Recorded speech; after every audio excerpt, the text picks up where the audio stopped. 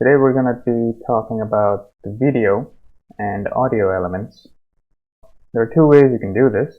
One is using your own source content, and the other way is you can embed content which is shared by other websites. Video, both and audio, work exactly like the image element.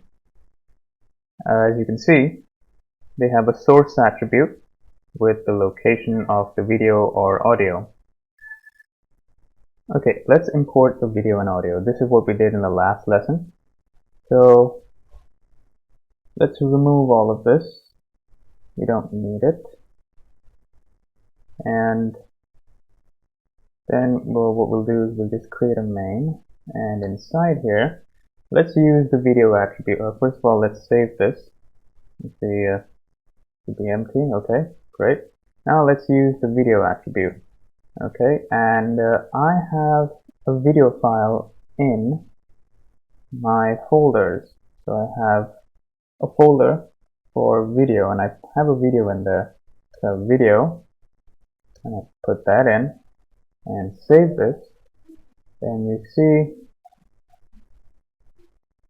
a video comes up, but it's not exactly viewable. So what we have to do is we can set the width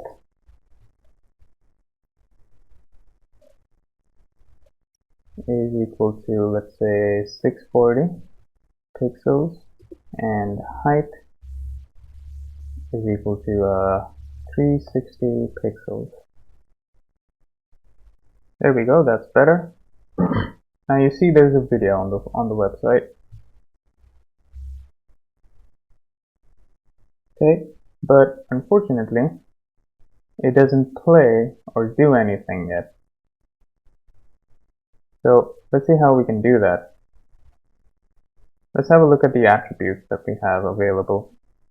So now for both video and audio attributes, we have the controls button. We have the controls attribute. This is a set of Boolean attributes that we can add to our elements to add certain functionality and give our video a video player, so to speak, or audio player. And these are Boolean attributes, meaning they don't require a value as such. Simply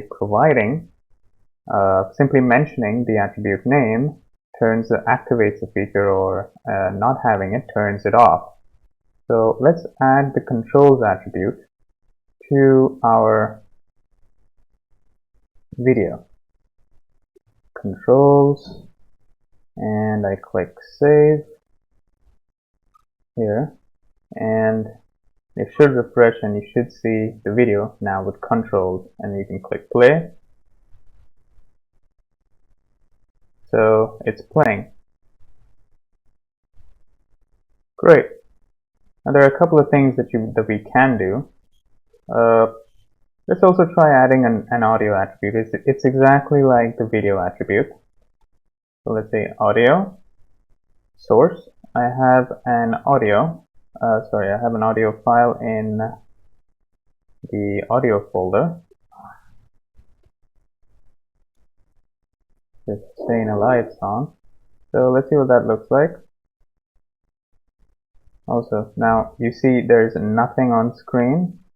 For that, you have to have the controls attribute. When we do that, now we have the control for the audio player and the video player. You can see for the video player, obviously, it has a video component.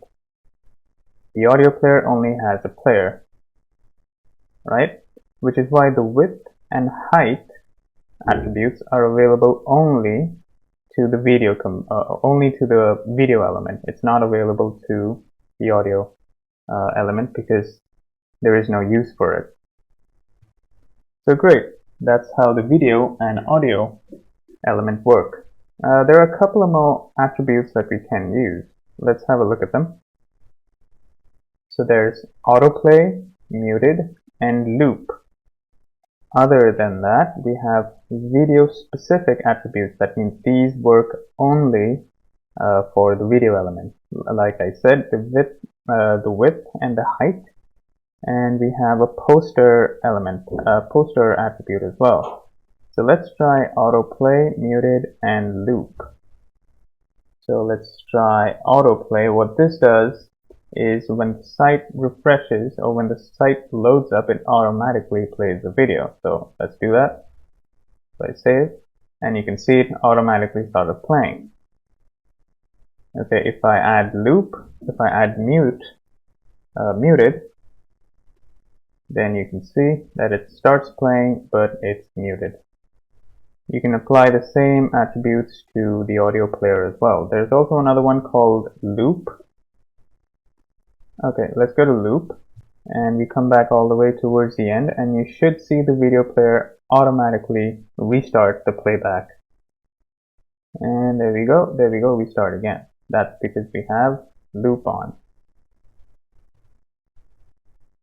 Great, so that's how we use the video and audio elements. Now the second way we can add video and audio to our website is by embedding them from other websites. So they use other websites provide a share button that you can use, and they offer an embed function, and they use an element called the iframe, which we'll talk about later. But most popular websites make this whole process very easy. So yeah, so embedding video from online video providers like YouTube, Dailymotion, and Vimeo is very easy because they offer an embed feature on your on the site. So all we have to do is just click share, click on embed, copy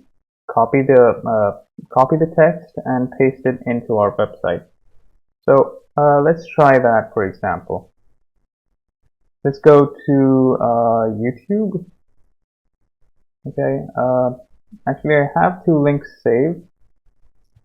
This is a funny video from The Office, but never mind. All we have to do is go to the share button, and you should see all these options available here. You can see embed, so we click on embed, and you'll see this code over here, and you have options to start at a particular point or not, show player controls, etc. To basically copy it. We copied the entire code, come back into our file. Let's comment this out because we don't need it, and paste that code into our HTML file. So let's paste it in here. Control V, and we save it, and automatically we should see the YouTube video, and we can play it, and it streams directly to our website. Okay, it says the video is unavailable, but that's fine. But this is basically the idea of how we do it. Let's select another video. Let's try that.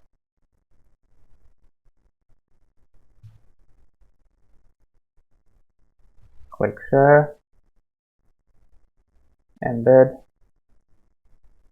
copy, come in here, place it, then save, and we should see the video. And there we go. That's how it's done. Great. So we can do the same thing for audio as well. We can embed audio from other websites like SoundCloud.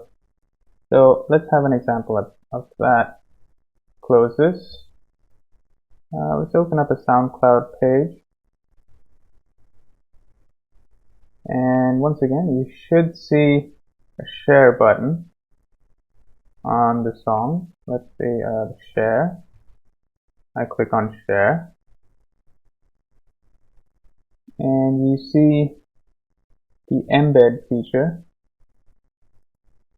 You simply copy the embed feature. Okay, select that, copy it, come down here into our Visual Studio Code and paste it. There we go. So let's just remove the video and save our file. Let's see what that looks like. There we go. That's the song. You can play it. It works. Yeah, there we go. So that's it for embedding audio and video in your HTML page. I'll see you guys in the next one. Take care.